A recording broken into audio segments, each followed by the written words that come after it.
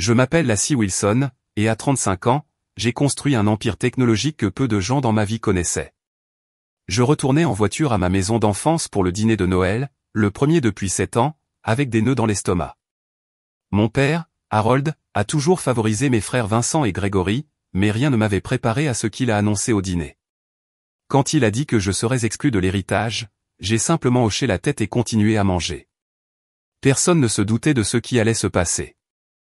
Si vous regardez ceci en ce moment, veuillez appuyer sur le bouton j'aime, vous abonner, et faites-moi savoir dans les commentaires d'où vous regardez, car je vais vous faire vivre une nuit qui a changé ma famille à jamais. J'ai grandi à Oak Ridge, une petite ville de l'Ohio où tout le monde se connaissait. Notre maison familiale était une grande maison de style colonial sur Maple Street, le genre qui laisse supposer aux voisins que vous avez de l'argent. Et c'était le cas, dans une certaine mesure. Mon père, Harold, a bâti une entreprise manufacturière prospère à partir de rien, ce qu'il ne laissait jamais personne oublier. Dès mes premiers souvenirs, il était clair qui comptait le plus dans notre foyer. Mes frères, Vincent et Grégory, étaient préparés à reprendre l'entreprise familiale dès qu'ils ont pu marcher. Vincent, de 3 ans mon aîné, était l'analytique, avec un don pour les chiffres. Grégory, de 2 ans mon cadet, avait le charisme et le sens du contact. Et moi? J'étais l'enfant du milieu qui ne correspondait jamais tout à fait à la vision de la réussite de mon père.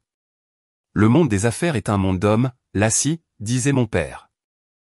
Chaque fois que je montrais de l'intérêt pour l'entreprise, tu devrais te concentrer sur la recherche d'un bon mari qui puisse subvenir à tes besoins. Nous étions au début des années 2000, pas dans les années 1950. Mais mon père restait figé dans le temps en ce qui concernait les rôles de genre. Ma mère, Diane, me lançait des regards de sympathie mais ne le contredisait jamais. Elle venait d'une génération de femmes qui se tenaient derrière leur mari, pas à leur côté. L'école est devenue mon refuge. J'excellais sur le plan scolaire, en particulier en mathématiques et en informatique. Pendant que mes frères assistaient à des matchs de football et à des dîners d'affaires avec mon père, je restais tard dans le laboratoire informatique avec Madame Bennett, mon professeur de lycée, qui m'a initié au codage. Tu as un don, Lassie, m'a dit Madame Bennett pendant ma dernière année. Le monde change. La technologie est l'avenir, et tu pourrais faire partie de sa construction. Lorsque la saison des candidatures universitaires est arrivée, j'ai jeté mon dévolu sur Stanford. Leur programme d'informatique était l'un des meilleurs du pays, et la Silicon Valley était le berceau de l'innovation. J'ai travaillé sans relâche sur ma candidature, et lorsque la lettre d'acceptation est arrivée, j'étais extatique. Mon père ne l'était pas à Stanford en Californie? C'est ridicule. L'entreprise familiale est ici, a-t-il raillé lorsque je lui ai montré la lettre. De plus, sais-tu combien coûte cette école? Je le savais. J'avais fait des recherches sur les bourses d'études et les aides financières, mais il y avait encore un écart important. Lorsque j'ai demandé une bourse essentielle et que j'ai été rejeté, je suis allé voir mon père pour obtenir de l'aide. Nous étions dans son bureau à domicile, une pièce dominée par du bois sombre et du cuir qui sentait le cigare. Derrière son grand bureau, il ressemblait à un juge sur le point de prononcer une sentence. Tes frères doivent se concentrer sur des diplômes en commerce pour reprendre l'entreprise, a-t-il expliqué. C'est là que l'argent de la famille doit aller. Ton truc d'ordinateur n'est qu'un passe-temps. Ce n'est pas un passe-temps, papa. C'est ce que je veux faire de ma vie, ai-je insisté. Eh bien, tu devras trouver comment le financer toi-même, a-t-il répondu, se tournant vers ses papiers. La conversation était terminée. Alors, j'ai fait exactement cela. J'ai reporté mon admission d'1 an et j'ai occupé 3 emplois simultanément, serveuse le matin, vendeuse l'après-midi et comptable pour des entreprises locales le soir. J'ai économisé chaque centime, contracté des prêts et j'ai finalement réussi à aller à Stanford l'automne suivant. Ces années d'université ont été brutales. Alors que les autres étudiants profitaient pleinement de l'expérience universitaire, je travaillais constamment à des petits boulots pour joindre les deux bouts. Je dormais à peine 4 heures par nuit pendant la semaine des examens. Mais j'ai obtenu mon diplôme avec mention, et plus important encore, avec les compétences et les relations nécessaires pour entrer dans l'industrie technologique. Mon premier emploi a été dans une petite start-up à San Francisco. Le salaire était modeste, mais l'expérience était inestimable. J'ai travaillé directement avec les fondateurs, absorbant tout ce que je pouvais sur la création d'une entreprise à partir de zéro. Lorsque cette start-up a été acquise 2 ans plus tard, j'avais suffisamment d'économies et de connaissances pour commencer à penser à ma propre entreprise. Pendant ce temps, de retour à Oak Ridge, Vincent et Grégory avaient rejoint l'entreprise familiale en tant que cadre. Chaque appel téléphonique avec ma mère comprenait des mises à jour sur leur réalisation et la fierté de mon père à leur égard. J'étais heureuse pour mes frères, sincèrement, mais le contraste dans la façon dont nos parcours professionnels étaient valorisés était frappant. Le point de rupture final s'est produit lors d'une brève visite à la maison il y a 10 ans. Je venais de lancer ma première entreprise, une plateforme de technologie de la santé qui utilisait l'intelligence artificielle pour améliorer les soins aux patients. Nous étions en phase de pré-revenu, financé par du capital risque, et je travaillais jour et nuit pour la faire réussir. Lors d'un dîner de famille, semblable à celui vers lequel je conduisais maintenant, mon père avait posé des questions sur mon petit projet informatique d'un ton méprisant. En fait, nous venons de clôturer notre tour de financement de série A, ai-je dit, essayant d'expliquer l'importance. Série A? Qu'est-ce que ça veut dire? Mon père a interrompu. Les vraies entreprises fabriquent des produits et des bénéfices, pas des présentations sophistiquées pour les investisseurs. Vincent a gloussé. Papa a raison, Lassie. Quand vas-tu avoir un vrai travail? C'est un vrai travail, ai-je rétorqué. La technologie que nous construisons pourrait révolutionner les soins de santé. Eh bien, quand tu auras fini de jouer à l'entrepreneur en Californie et que tu seras prête à revenir à la réalité, il pourrait y avoir un poste en comptabilité dans l'entreprise familiale, a offert mon père, comme s'il me rendait un grand service. Je suis parti le lendemain matin sans dire au revoir. Au cours des années suivantes, mes contacts avec la famille se sont limités à des appels téléphoniques occasionnels avec ma mère et à des cartes de Noël. Ils savaient que j'étais toujours en Californie, que je travaillais toujours dans la technologie, mais peu d'autre chose. Je n'ai jamais partagé mon succès grandissant, et ils n'ont jamais vraiment demandé de détails. Maintenant, alors que je m'arrêtais devant la maison familière dans ma Toyota de location, j'ai pris une profonde inspiration. Ma propre voiture, une Tesla personnalisée, était garée en toute sécurité dans mon garage à San Francisco. Inutile d'arriver dans un véhicule qui coûte plus cher que la plupart des maisons de ce quartier. J'avais délibérément minimisé tous les aspects de mon apparence, des vêtements de créateur remplacés par un simple pull et un jean. Le seul luxe que je ne pouvais pas supporter de retirer était ma montre, un cadeau que je me suis fait lorsque nous avons atteint notre premier million d'utilisateurs. Mais même cela pouvait être caché sous ma manche. Ce dîner de Noël était ma tentative de réconciliation, de montrer à ma famille qui j'étais devenu, malgré leur manque de soutien. J'étais loin de me douter à quel point cette révélation serait dramatique.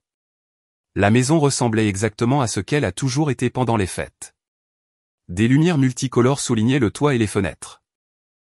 Une couronne était accrochée à la porte d'entrée, et à travers les fenêtres, je pouvais voir la lueur du sapin de Noël. Pendant un instant, je me suis sentie à nouveau adolescente, rentrant de l'école à l'odeur de la cuisine de ma mère. J'ai hésité avant de sonner à la porte. 7 ans, c'est long pour être essentiellement séparé de sa famille. Verrait-il les changements en moi? M'intégrerais-je mieux maintenant qu'avant? Ma mère a ouvert la porte, son visage s'illuminant lorsqu'elle m'a vu. Lassie, tu es venue. Elle m'a serré dans ses bras, le parfum familier de son parfum faisant remonter un flot de souvenirs. Entre. Entre. Tout le monde est déjà là. Tout le monde, en effet. Lorsque je suis entré dans le salon, une mère de visage familier s'est tournée vers moi. Mes frères, Vincent et Grégory, étaient debout près de la cheminée, un verre à la main. La femme de Vincent, Sophia, rangeait des cadeaux sous le sapin, tandis que leurs enfants, Tyler et Emma, maintenant âgés de 14 et 12 ans, étaient absorbés par leur téléphone.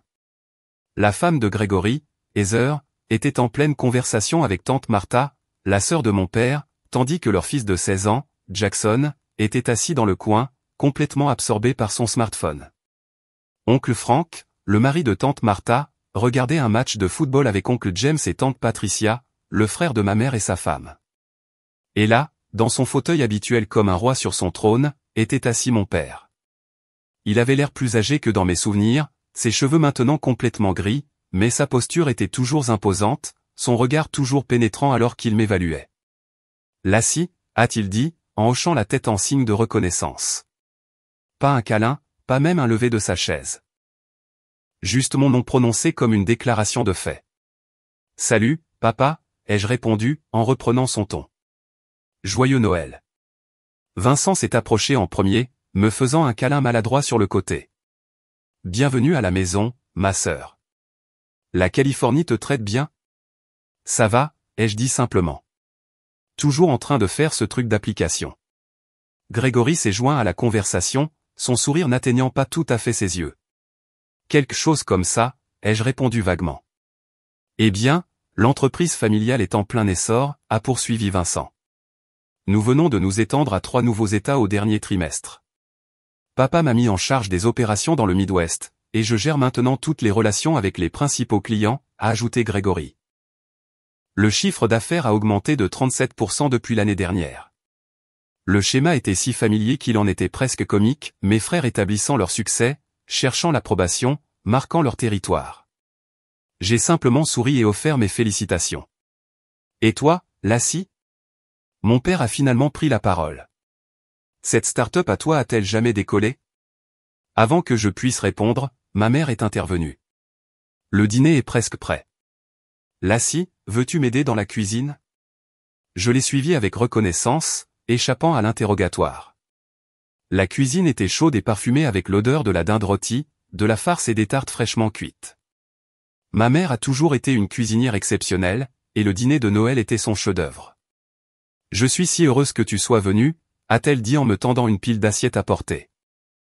Ton père ne l'admettrait jamais, mais tu lui as manqué. J'en doutais fort, mais j'ai quand même hoché la tête. Comment vas-tu, maman? Vraiment? Elle a fait une pause, réfléchissant à la question. Oh, tu sais, occupée avec les choses habituelles. Les garçons amènent souvent les petits-enfants.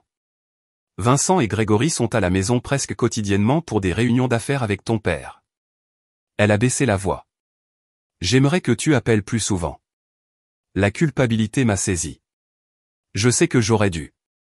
Es-tu heureuse là-bas en Californie? As-tu quelqu'un de spécial? L'inquiétude dans sa voix était sincère, et j'ai ressenti un pincement de regret de la maintenir à une telle distance. Je suis heureuse, maman. Mon travail me tient très occupé, mais j'aime ce que je fais. Pas de relation sérieuse pour le moment, mais ça va. Elle m'a serré le bras. Tant que tu es heureuse, c'est ce qui compte. Si seulement mon père partageait ce sentiment. Le dîner a été servi dans la salle à manger formelle, un espace réservé aux fêtes et aux occasions spéciales. La table était mise avec la belle vaisselle, les verres en cristal et l'argenterie qui étaient dans la famille depuis des générations. J'ai pris ma place assignée entre tante Martha et Emma, juste en face de mon père à la tête de la table. Le repas a commencé par la prière de Noël traditionnelle de mon père, remerciant Dieu pour la prospérité familiale et une autre année d'affaires réussie. J'ai remarqué qu'il n'a fait aucune mention de mon retour. La conversation a circulé autour de moi, naviguant prudemment autour de tous les sujets potentiellement controversés, que ce soit le sport, les activités scolaires des enfants, les ragots de la communauté, tout sauf la politique ou les affaires personnelles qui pourraient perturber la façade soigneusement entretenue de l'harmonie familiale. Je me suis concentré sur la conversation avec ma nièce et mon neveu. Emma est maintenant au collège et a développé un intérêt pour la science. Tyler est au lycée, joue au basketball et pense aux universités. Jackson, le fils de Grégory, a à peine levé les yeux de son téléphone, même quand on lui parlait directement. Qu'est-ce qui t'obsède autant, a finalement demandé Grégory. Des recherches, a marmonné Jackson, sans plus d'explication. Range ça pendant le dîner, Jackson, a ordonné sa mère. Jackson s'est exécuté à contre-cœur, bien que je l'ai surpris à jeter des coups d'œil à l'appareil toutes les quelques minutes. Alors, Lassie, a dit tante Martha à côté de moi. Diane me dit que tu as ta propre entreprise maintenant. Qu'est-ce que tu fais exactement? Tous les regards se sont tournés vers moi, et j'ai ressenti la pression familière de minimiser mes réalisations pour éviter d'éclipser mes frères ou de contrarier mon père. J'ai fondé une entreprise de technologie de la santé, ai-je expliqué, en restant simple. Nous construisons des logiciels qui aident les hôpitaux et les médecins à fournir de meilleurs soins aux patients. Cela semble fascinant, a répondu tante Martha sincèrement. Est-ce que ça marche bien? Je pouvais sentir le regard de mon père s'intensifier. Nous faisons des progrès, ai-je dit diplomatiquement. Vincent a gloussé. Les startups technologiques brûlent l'argent des investisseurs pendant des années avant de réaliser des bénéfices, si jamais elles en réalisent. Pendant ce temps, la fabrication continue d'être l'épine dorsale de l'économie américaine. L'entreprise familiale vient de connaître son meilleur trimestre, a ajouté fièrement mon père. Vos frères l'ont vraiment fait passer au niveau supérieur. Et voilà, le recentrage sur l'entreprise familiale, sur les réalisations de mes frères, le message clair sur le type de succès qui était valorisé dans cette maison. J'ai aidé ma mère et Sophia à débarrasser les assiettes après le plat principal, reconnaissante de l'échappatoire momentané à la table. Dans la cuisine, Sophia m'a surprise avec une question sincère. Comment c'est vraiment de diriger sa propre entreprise, a-t-elle demandé doucement. Vincent ne me dit jamais grand-chose sur le côté commercial des choses. J'ai hésité, puis j'ai décidé d'être honnête. C'est la chose la plus difficile que j'ai jamais faite. Une pression constante, des décisions impossibles, des nuits blanches. Mais quand tu construis quelque chose en quoi tu crois, quelque chose qui pourrait réellement aider les gens, ça en vaut la peine. Elle a hoché la tête pensivement. Cela semble plus épanouissant que de simplement perpétuer quelque chose que quelqu'un d'autre a construit. Avant que je puisse répondre, nous avons été interrompus par ma mère annonçant qu'il était temps pour le dessert. Alors que nous retournions dans la salle à manger avec des tartes et du café, j'ai remarqué mon père tapant sur son verre avec une cuillère, le signal traditionnel qu'il avait quelque chose d'important à dire. J'étais loin de me douter que cette annonce allait tout changer. La pièce se tut alors que mon père se tenait en bout de table, captant l'attention comme il l'avait toujours fait. Il portait son pull bleu marine préféré, celui qu'il réservait aux occasions spéciales, et son expression était grave. Avant que nous ne dégustions les merveilleux desserts de Diane, j'ai une annonce importante à faire, commença-t-il, sa voix portant le ton autoritaire dont je me souvenais de mon enfance. Comme vous le savez tous, Wilson Manufacturing a connu une croissance constante au cours des dernières années, grâce en grande partie au travail exceptionnel de Vincent et Grégory.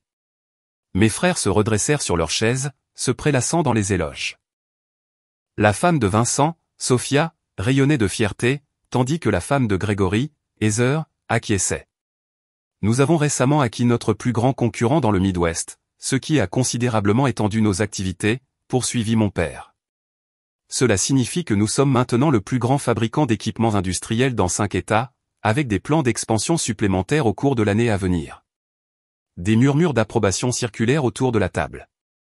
Oncle Frank leva son verre en un toast silencieux à mon père, qui l'acquiesça d'un signe de tête avant de continuer. Avec cette croissance vient la nécessité d'une planification claire de la succession. Je ne rajeunis pas, dit-il avec un petit rire qui fut repris poliment autour de la table. Alors, après mûre réflexion et des discussions avec notre avocat de famille, j'ai pris des décisions concernant l'avenir de l'entreprise et de nos biens familiaux. Je pris une gorgée d'eau, anticipant déjà ce qui allait suivre.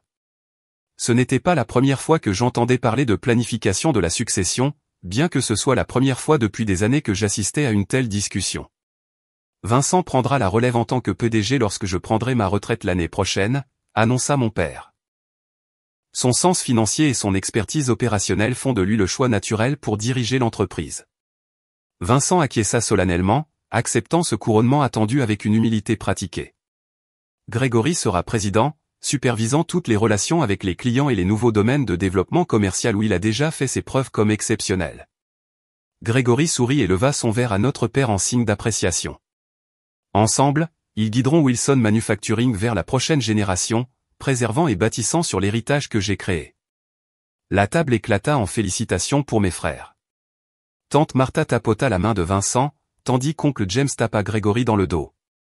Ma mère sourit fièrement, bien que j'ai remarqué son regard dans ma direction avec un soupçon d'inquiétude. Mon père s'éclaircit la gorge, et la pièce se tut à nouveau. Son regard se tourna directement vers moi pour la première fois de la soirée. Quant à la question de l'héritage, poursuivit-il, son ton changeant légèrement. J'ai décidé de réviser mon testament pour refléter les contributions apportées à l'entreprise familiale. Voilà, pensai-je, en conservant une expression neutre. Vincent et Grégory hériteront de parts égales de l'entreprise et de la majorité de nos biens familiaux, déclara-t-il fermement. Puis, me regardant directement, il porta le coup qu'il préparait clairement. Lassie, tu ne recevras pas d'héritage. Bien que je m'attendais à l'entendre, le fait de l'énoncer si crûment devant toute la famille m'envoya un choc. La pièce devint complètement silencieuse. Je pouvais sentir les yeux de tout le monde se déplacer entre mon père et moi, attendant une réaction. Tu as choisi ton chemin en dehors de cette famille et de cette entreprise, continua mon père, son ton factuel, plutôt qu'excuse. Vincent et Grégory ont consacré leur vie à construire ce que j'ai commencé. Ils méritent l'héritage. Je conservais mon sang-froid, soutenant son regard fermement. Il y a 7 ans, cette annonce m'aurait peut-être dévasté, aurait pu provoquer des larmes ou de la colère, mais je n'étais plus cette personne qui cherchait la validation d'un homme qui ne m'avait jamais vraiment vu. Je comprends, dis-je calmement, ramassant ma fourchette et prenant une bouchée de tarte aux pommes. Les saveurs se firent à peine sentir alors que je me concentrais sur le maintien de ma dignité. La tension autour de la table était palpable. Le visage de ma mère était devenu pâle, ses mains agrippant fermement sa serviette. Grégory avait l'air vaguement mal à l'aise, se tortillant sur son siège et évitant de me regarder dans les yeux. Vincent, en revanche, arborait une expression de satisfaction à peine dissimulée. Tante Martha brisa le silence en premier. « Harold, est-ce vraiment nécessaire d'annoncer cela au dîner de Noël ?» Son ton désapprobateur suggérait qu'elle trouvait le moment, sinon la décision elle-même, inappropriée. « Les affaires de famille doivent être discutées en présence de la famille, répondit fermement mon père, se rassoyant. Maintenant, dégustons le dessert. Les conversations reprirent lentement autour de la table, bien que notablement plus feutrées qu'avant.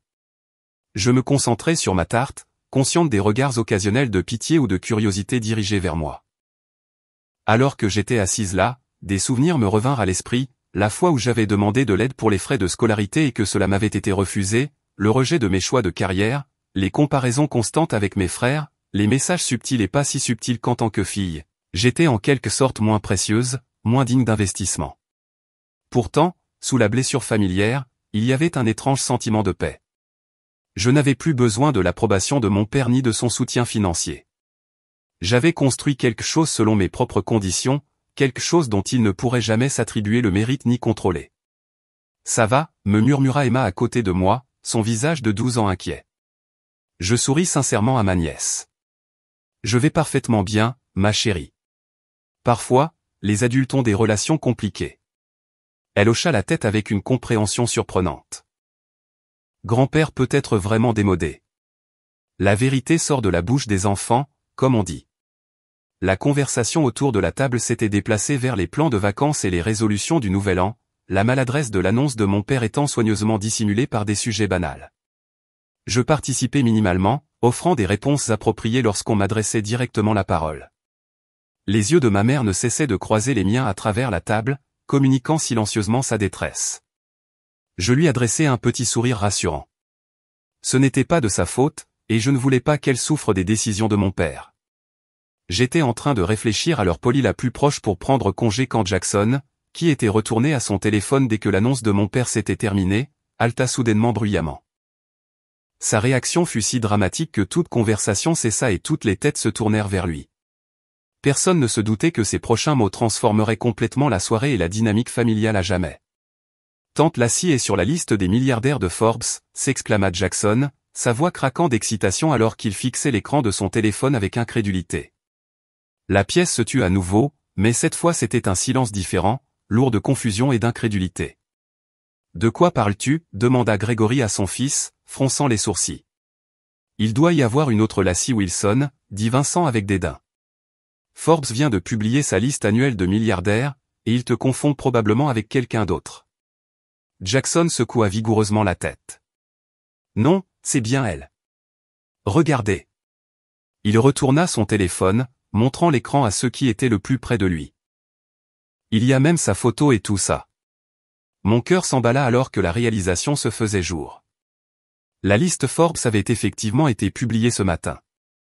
Mon équipe de relations publiques m'avait averti que je serais incluse, malgré mes demandes de confidentialité. L'acquisition de mon entreprise avait été finalisée le mois dernier, et les conditions étaient maintenant publiques. « Laisse-moi voir ça » demanda mon père, tendant la main pour prendre le téléphone. Jackson se leva et apporta l'appareil à son grand-père. Je regardais l'expression de mon père se transformer du scepticisme au choc. Son visage pâlit visiblement alors qu'il fixait l'écran. « Il est dit ici que tu vaux 3,2 milliards de dollars, dit-il, sa voix à peine audible alors qu'il me regardait. Que tu as fondé LTech AI, qui vient d'être acquis par un géant de la technologie. » Tous les regards se tournèrent vers moi. Je pris une profonde inspiration, sachant que le moment de vérité était arrivé plus tôt que je ne l'avais prévu. « Oui » confirmai-je simplement. « C'est exact. La pièce éclata en exclamations et en questions, tout le monde parlant en même temps. 3 milliards de dollars. Tu as vendu ton entreprise. Depuis combien de temps gardes-tu ce secret? Es-tu vraiment milliardaire? Je levai légèrement la main, et à ma grande surprise, la table se tut. Peut-être que la richesse inspirait le respect même dans cette famille. J'ai fondé Eltech AI il y a 7 ans, expliquai-je calmement. Nous avons développé une plateforme d'intelligence artificielle qui aide les médecins à diagnostiquer les maladies rares et à créer des plans de traitement personnalisés. Le mois dernier, nous avons été acquis par un géant de la technologie pour une combinaison d'espèces et d'actions.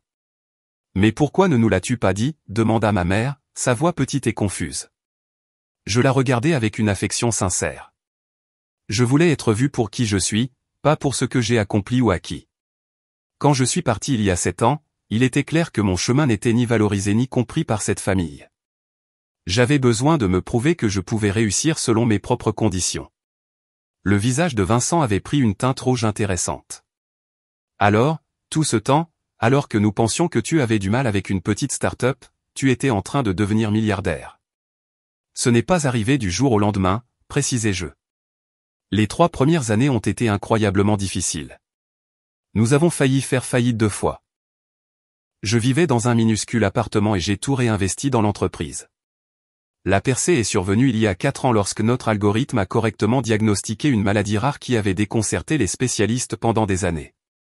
Après cela, les hôpitaux ont commencé à s'inscrire rapidement.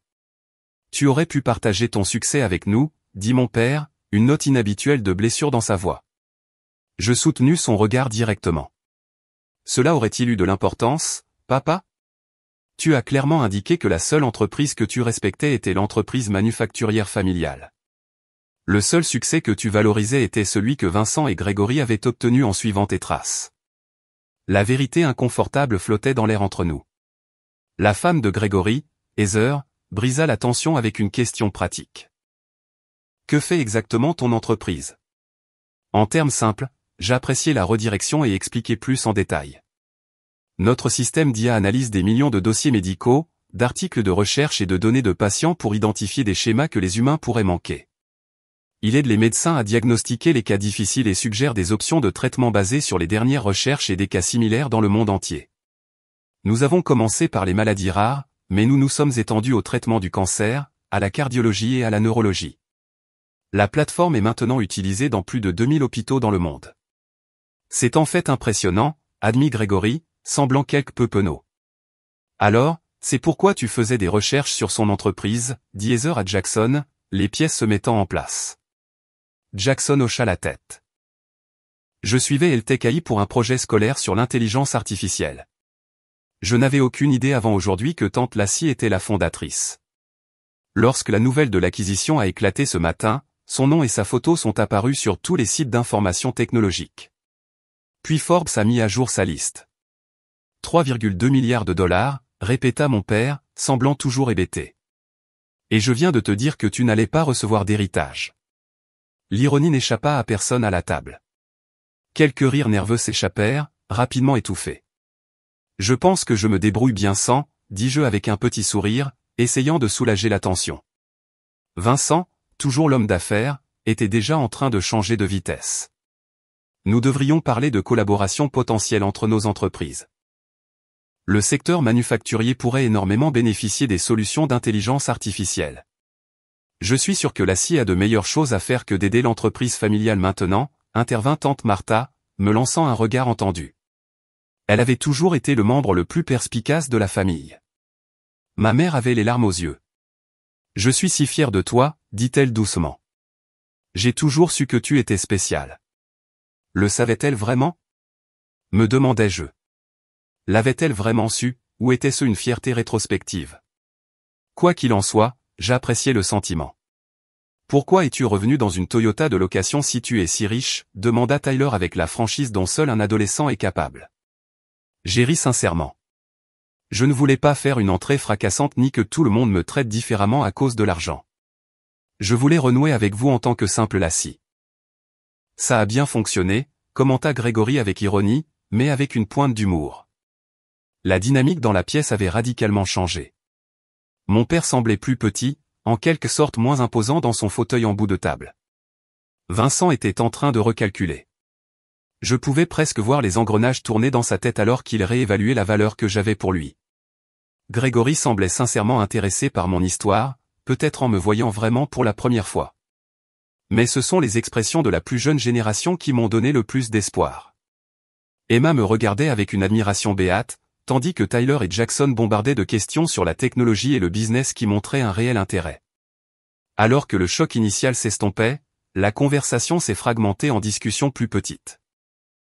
Je me suis retrouvé à décrire les débuts de mon entreprise à un auditoire captivé de tantes et d'oncles, expliquant comment nous avions obtenu notre premier tour de financement et l'essai clinique décisif qui avait prouvé que notre technologie fonctionnait. Tout au long de la soirée, mon père est resté étrangement silencieux, me regardant avec une expression que je ne parvenais pas tout à fait à déchiffrer. Était-ce du regret, une réévaluation ou simplement un calcul de ce que mon nouveau statut pourrait signifier pour lui et son héritage? Je savais que nous aurions besoin d'avoir une conversation privée avant la fin de la soirée. La dynamique entre nous avait fondamentalement changé, mais l'argent seul ne pouvait pas guérir les blessures de ces années de négligence émotionnelle.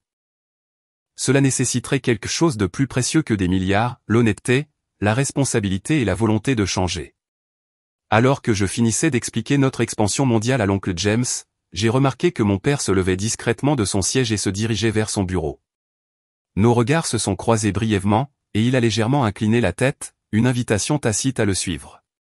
Il était temps d'avoir une conversation attendue depuis trop longtemps. L'atmosphère dans la salle à manger s'était complètement transformée. Là où il y avait eu de la tension et de la gêne auparavant, il y avait maintenant un bourdonnement d'excitation et de curiosité. Tout le monde semblait impatient d'échanger avec moi, d'entendre parler de mon entreprise et de ma vie en Californie. Vincent s'est approché alors que je me préparais à suivre mon père dans son bureau. Lassie, nous devrions discuter de potentielles opportunités commerciales, dit-il, son ton étant sensiblement différent de celui d'avant. Nos processus de fabrication pourraient grandement bénéficier de l'optimisation par l'IA. Peut-être une autre fois, Vincent, répondis-je poliment. Je pense que papa veut me parler. Bien sûr, acquiesça-t-il rapidement. Mais avant que tu ne quittes la ville, nous devrions absolument prendre le temps de parler stratégie. J'ai souri sans m'engager et me suis dirigé vers le bureau de mon père, une pièce qui avait autrefois été un territoire interdit à moins d'y être spécifiquement invité. Enfant, être convoqué au bureau signifiait généralement que j'avais des ennuis. Aujourd'hui, cela semblait différent. J'entrais non pas en tant que fille cherchant l'approbation, mais en tant qu'égal. Le bureau ressemblait beaucoup à ce dont je me souvenais. Des bibliothèques en noyer foncé tapissaient les murs, remplis de livres d'affaires et de photos de famille, la plupart mettant en scène les réalisations de mes frères. Le grand bureau en acajou dominait la pièce, et derrière lui, était assis mon père, qui avait l'air étrangement incertain. « Ferme la porte », dit-il alors que j'entrais. Pas une demande, mais pas tout à fait l'ordre que cela aurait été il y a des années. Je l'ai fait et me suis assise dans l'un des fauteuils en cuir faisant face à son bureau, croisant confortablement les jambes. « Tu voulais me parler ?» Il s'éclaircit la gorge. « Je pense que nous avons des choses à discuter. »« C'est vrai, ai-je convenu, attendant qu'il continue. Je n'allais pas lui faciliter la tâche. « Ce que tu as accompli est impressionnant », commença-t-il, le mot semblant insuffisant même à ses propres oreilles. Construire une entreprise de cette ampleur, surtout dans la technologie, n'est pas une mince affaire. Merci, ai-je dit simplement. Il se tortilla mal à l'aise dans son fauteuil. À propos de ce que j'ai dit plus tôt concernant l'héritage. Papa, l'ai-je interrompu doucement, je n'ai pas besoin de ton argent. Je ne suis pas venu ici aujourd'hui en espérant un héritage ou en espérant être incluse dans ton testament. Ce n'est pas pour ça que je suis ici. Alors pourquoi es-tu venu, demanda-t-il, une véritable confusion dans sa voix. Après 7 ans de contact minime, c'était le cœur du problème, la question qui importait plus que toute discussion sur la richesse ou la réussite commerciale. Je suis venu parce que malgré tout, tu es toujours mon père et c'est toujours ma famille, ai-je dit honnêtement.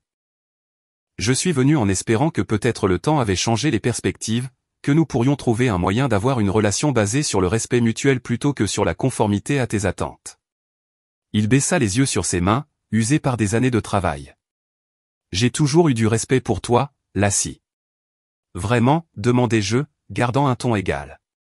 Tu as rejeté mon éducation, mon choix de carrière et mes ambitions. Tu as clairement indiqué que le seul chemin digne de respect était de suivre tes traces, ce qui ne m'a jamais été proposé parce que je suis une femme. Il tressaillit légèrement devant la franchise de mes mots. Les temps étaient différents quand j'ai construit cette entreprise.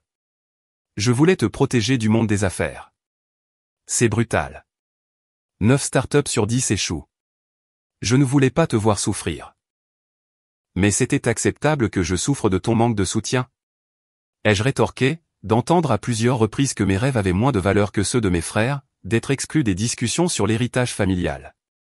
Il n'y eut aucune réponse immédiate à cela. Pour la première fois peut-être dans notre relation, mon père semblait réellement réfléchir à ses actions. J'ai construit mon entreprise sans l'aide de personne, dit-il finalement. J'ai pensé que je devais faire de même, ai-je terminé pour lui, et je l'ai fait. Mais il y a une différence entre donner à quelqu'un l'espace nécessaire pour réussir de manière indépendante et rejeter activement son potentiel. Nous restâmes silencieux pendant un moment, le poids de décennies d'incompréhension entre nous. Je suis fier de ce que tu as accompli, dit-il finalement.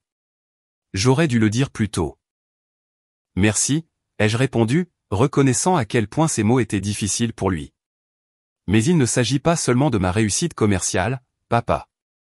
Si j'avais construit une entreprise modestement prospère d'une valeur de quelques millions au lieu de milliards, aurions-nous cette conversation? Reconsidérerais-tu toujours ton point de vue? Son silence était une réponse suffisante. C'est ça le problème, ai-je poursuivi doucement. Ton respect et ton approbation ont toujours été conditionnels à la réussite telle que tu l'as définie. Ce n'est pas comme ça que la famille devrait fonctionner. Mon père semblait plus vieux à ce moment-là que je ne l'avais jamais vu. Je ne sais pas comment réparer ça, admit-il, une reconnaissance sans précédent de sa faillibilité. Moi non plus, pas entièrement, ai-je dit honnêtement. Mais reconnaître qu'il y a quelque chose à réparer est un début. Je ne m'attends pas à ce que des décennies de schémas changent du jour au lendemain. Je ne suis même pas sûr qu'ils puissent changer complètement. Mais j'aimerais essayer de construire un autre type de relation à l'avenir. À quoi cela ressemblerait-il? Demanda-t-il, et j'ai été frappé par la véritable curiosité dans son ton. Cela commencerait par me voir pour qui je suis, pas pour qui tu t'attendais à ce que je sois, ai-je expliqué. Cela impliquerait de s'intéresser à mon travail parce qu'il compte pour moi, pas à cause de sa valeur monétaire. Cela signifierait reconnaître qu'il existe de nombreux chemins valables vers une vie significative, pas seulement celui que tu as choisi. Il hocha lentement la tête. Je peux essayer de faire ça. C'est tout ce que je demande, ai-je dit, et c'est juste, et moi aussi. Alors que nous étions assis là dans son bureau, j'ai réalisé quelque chose d'important. J'étais venu à ce dîner en cherchant une forme de réconciliation, mais je m'attendais à ce qu'elle se fasse à mes conditions, validées par ma réussite. De cette façon, j'étais peut-être plus comme mon père que je ne voulais l'admettre, cherchant à prouver ma valeur par la réussite plutôt que par la connexion. Il y a autre chose que je devrais te dire, ai-je dit après un moment. J'ai créé un fonds de bourse d'études dans mon ancien lycée au nom de Madame Bennett. Il offre une bourse complète pour les jeunes femmes qui poursuivent des études dans les domaines STEM. Mon père eut l'air surpris. C'est généreux. C'est personnel, ai-je corrigé doucement. Madame Bennett a cru en moi quand personne d'autre ne l'a fait. Je veux que d'autres filles aient ce soutien, qu'elles l'obtiennent ou non à la maison. L'implication était claire mais pas accusatrice. Mon père hocha la tête, comprenant le message. Je devrais retourner auprès des autres, ai-je dit en me levant. Mais je suis contente que nous ayons eu cette conversation. Alors que j'atteignais la porte, mon père m'appela par mon nom. Je me suis retourné pour le voir se tenir debout maintenant aussi, semblant quelque peu incertain. Je suis désolé, Lassie, dit-il, les mots étant clairement inhabituels sur sa langue.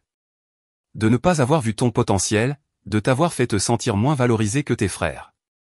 Tu méritais mieux.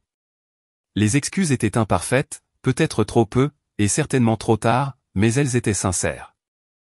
Et à ce moment-là, c'était suffisant pour ouvrir une porte qui était fermée depuis trop longtemps. Merci, papa, ai-je dit simplement et je suis parti rejoindre la réunion de famille, me sentant plus légère que je ne l'avais été depuis des années. Quand je suis retourné dans le salon, la dynamique avait radicalement changé. De petits groupes s'étaient formés dans tout l'espace, les conversations se déroulant plus naturellement que lors du dîner guindé. Ma mère s'est approchée immédiatement, l'inquiétude se lisant sur son visage. « Tout va bien ? » « Qu'a dit ton père ?» demanda-t-elle à voix basse. « Nous avons eu une bonne conversation, lui ai-je assuré. Probablement la conversation la plus honnête que nous ayons jamais eue. Un soulagement se répandit sur son visage, mais il fut rapidement remplacé par autre chose, quelque chose qui ressemblait étonnamment à de la culpabilité.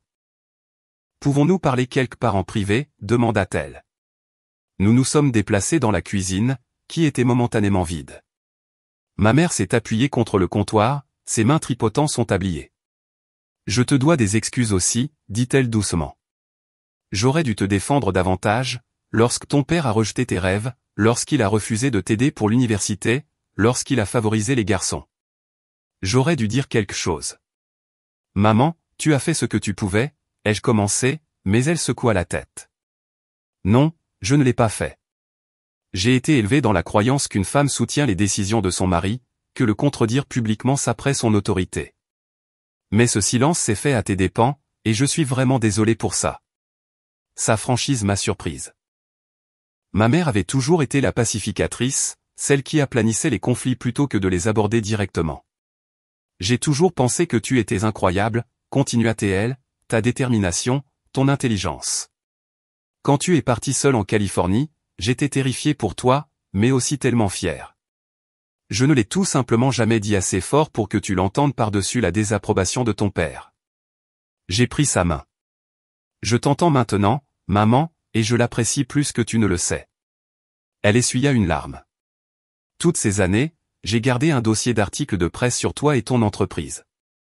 Chaque fois que je voyais ton nom mentionné en ligne, je l'imprimais. Ton père ne l'a jamais su. Cette révélation m'a profondément touché. Bien que ma mère ne m'ait pas ouvertement défendu, elle m'avait silencieusement soutenu tout le long. J'aimerais beaucoup voir ce dossier un jour, ai-je dit en lui faisant un câlin.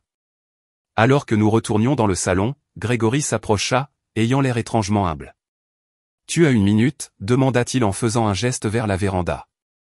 Dehors, l'air froid de décembre était rafraîchissant après l'intensité émotionnelle de la soirée. Grégory s'appuya contre la balustrade, regardant la cour arrière où nous avions joué enfant. « Je te dois des excuses, dit-il sans préambule. J'ai été un frère terrible. Grégory, tu n'as pas à, ai-je commencé. Non, je dois, insista-t-il. J'ai suivi l'exemple de papa en rejetant ce que tu faisais. Pire, j'ai profité du favoritisme sans me demander si c'était juste pour toi. La vérité est que j'ai toujours admiré ton courage, suivre ton propre chemin, déménager à travers le pays, construire quelque chose à partir de rien. Il faut du cran pour ça. Sa sincérité était indéniable, et j'ai ressenti une chaleur envers mon jeune frère que je n'avais pas ressentie depuis des années. Merci d'avoir dit ça, ai-je répondu. Ça signifie beaucoup. Pour ce que ça vaut, je pense que ce que tu as construit est incroyable, ajouta-t-il, pas à cause de l'argent, mais parce que ça aide vraiment les gens. Nos gadgets ne font que traîner dans les usines. Ta technologie sauve des vies. Nous restâmes silencieux un moment, regardant notre souffle former des nuages dans l'air froid. Comment va Jackson ? demandai-je, changeant de sujet. Il semble assez intéressé par la technologie. Grégory sourit fièrement. Il est brillant avec les ordinateurs. Il tient de sa tante, apparemment. Il a parlé de se spécialiser en informatique, mais je ne savais pas comment le guider. Peut-être pourrais-tu ? Je serais ravi de lui parler, ai-je proposé, de l'aider à explorer les options, peut-être de mettre en place des stages s'il est intéressé. Ce serait incroyable, dit Grégory avec reconnaissance.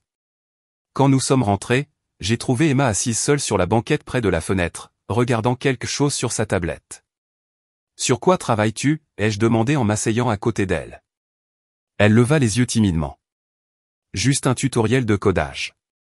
J'essaie d'apprendre Python. » Mon cœur fit un bond. « Vraiment ? C'est merveilleux. Qu'est-ce qui t'a intéressé au codage ? Nous avons eu une semaine de technologie à l'école, et j'ai vraiment aimé la logique de celui-ci, expliqua-t-elle, son visage s'illuminant. Maman m'a offert ce cours en ligne pour Noël, mais c'est parfois un peu déroutant. Je pourrais t'aider avec ça, ai-je proposé, et peut-être te présenter à des femmes ingénieurs de mon entreprise qui pourraient te conseiller. Ses yeux s'écarquillèrent. Tu ferais ça pour de vrai ? Absolument, les jeux assurés. En fait, mon entreprise organise un programme d'été pour les lycéens intéressés par la technologie. Tu serais admissible dans quelques années. L'excitation sur son visage me rappelait moi-même à son âge, découvrant le monde de possibilités que la technologie représentait.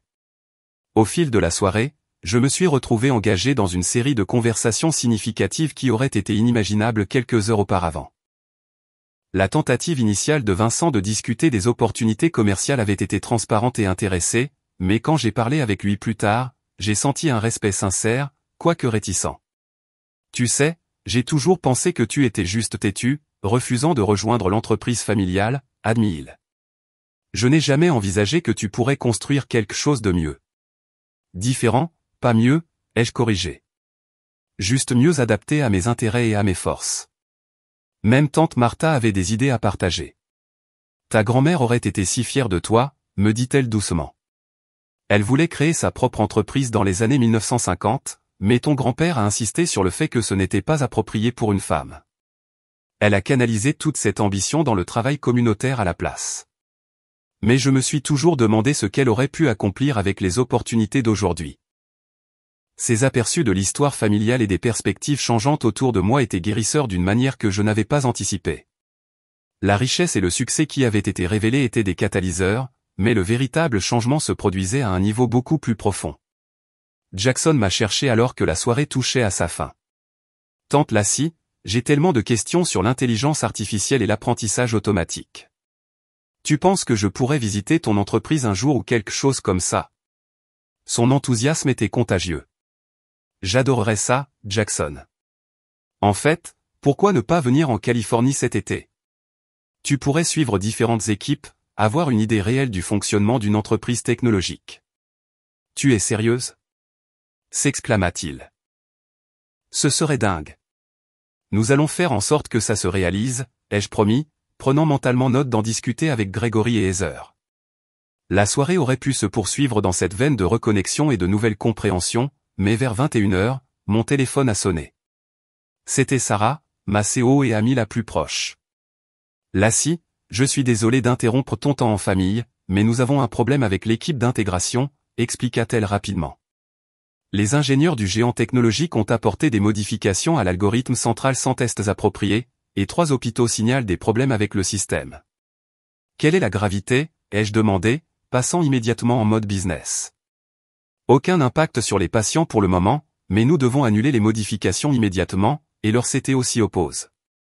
Nous avons besoin de ton autorisation. Je serai en appel vidéo dans 20 minutes, ai-je promis, puis j'ai mis fin à l'appel. J'ai trouvé ma mère pour lui expliquer la situation. Je dois partir plus tôt. Il y a une urgence au travail qui nécessite mon attention. Bien sûr, ma chérie, dit-elle, la compréhension dans ses yeux. Nous reverrons-nous avant que tu ne repartes en Californie? Je prendrai le temps, ai-je promis. Peut-être prendre le petit déjeuner demain. En faisant mes adieux, j'ai été frappé par la différence par rapport à mon arrivée.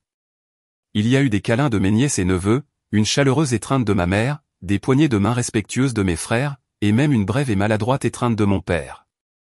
Nous reparlerons, promit-il au moment où je partais. Il y a beaucoup de choses à rattraper. J'ai acquiescé avec prudence, optimiste. J'aimerais bien. En m'éloignant de la maison ce soir-là, j'ai réfléchi à tout ce qui avait changé en quelques heures seulement. La révélation de ma réussite avait forcé une remise en question qui était attendue depuis longtemps.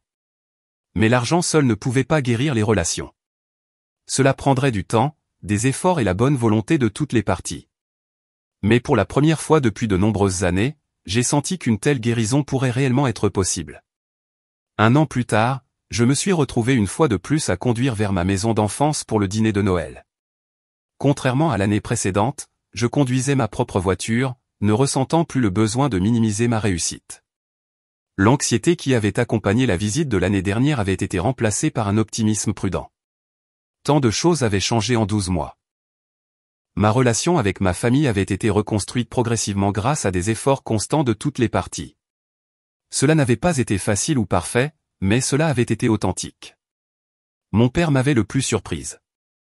2 semaines après Noël dernier, il m'avait appelé pour me dire qu'il consultait un thérapeute, ce que je n'aurais jamais imaginé possible pour un homme de sa génération et de son tempérament. Je veux comprendre pourquoi je t'ai traité de cette façon, avait-il expliqué, et plus important encore, je veux faire mieux. Cet engagement envers la croissance s'était manifesté de diverses manières tout au long de l'année. Il avait posé des questions réfléchies sur mon entreprise lors de nos appels téléphoniques réguliers. Il avait lu des articles sur les femmes dans la technologie et me les avait envoyés. Il s'était même rendu en Californie à 2 reprises pour voir mon bureau et rencontrer mon équipe. L'entreprise familiale avait également évolué. Vincent et Grégory avaient en effet repris la direction comme prévu, mais ils avaient mis en œuvre des changements importants. Ils avaient créé un programme de stages officiels pour attirer plus de femmes dans la gestion de la fabrication. Ils avaient créé une division technologique axée sur la modernisation de leurs processus. Et plus surprenant encore, ils avaient nommé ma mère au conseil d'administration, reconnaissant que ces années d'écoute des discussions commerciales à la table du dîner lui avaient donné des informations précieuses. En entrant dans l'allée, j'ai souri en voyant plusieurs voitures déjà garées à l'extérieur. Cette année, je n'étais pas la dernière à arriver. Ma mère m'a accueilli à la porte avec une chaleureuse étreinte. Joyeux Noël, ma chérie. Tout le monde est déjà là, y compris des invités spéciaux. À l'intérieur, le salon était rempli de visages familiers, mais aussi de nouveaux. Sarah, ma COO, discutait avec animation avec Grégory de l'intelligence artificielle.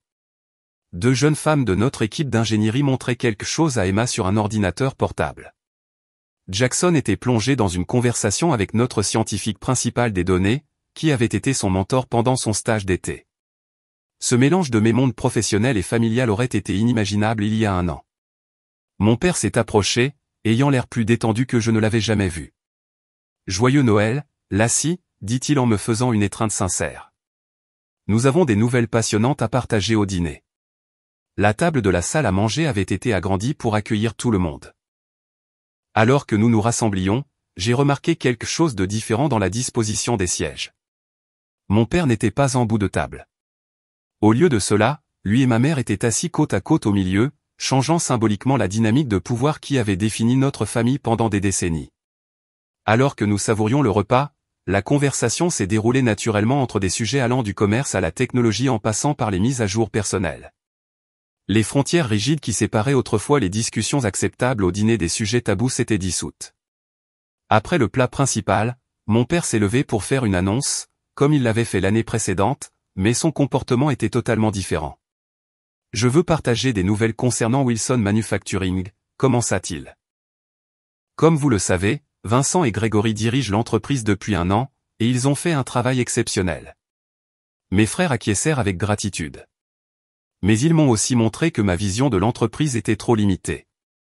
Aujourd'hui, je suis fier d'annoncer la création du fonds d'innovation Wilson, dédié à soutenir les femmes entrepreneurs dans les domaines de la technologie et de la fabrication. Des murmures surpris circulèrent autour de la table. Ce fonds sera dirigé par un conseil d'administration composé de Diane, Lassie et d'un poste tournant occupé par les femmes de notre famille élargie, à commencer par Emma une fois qu'elle aura 18 ans, continua-t-il.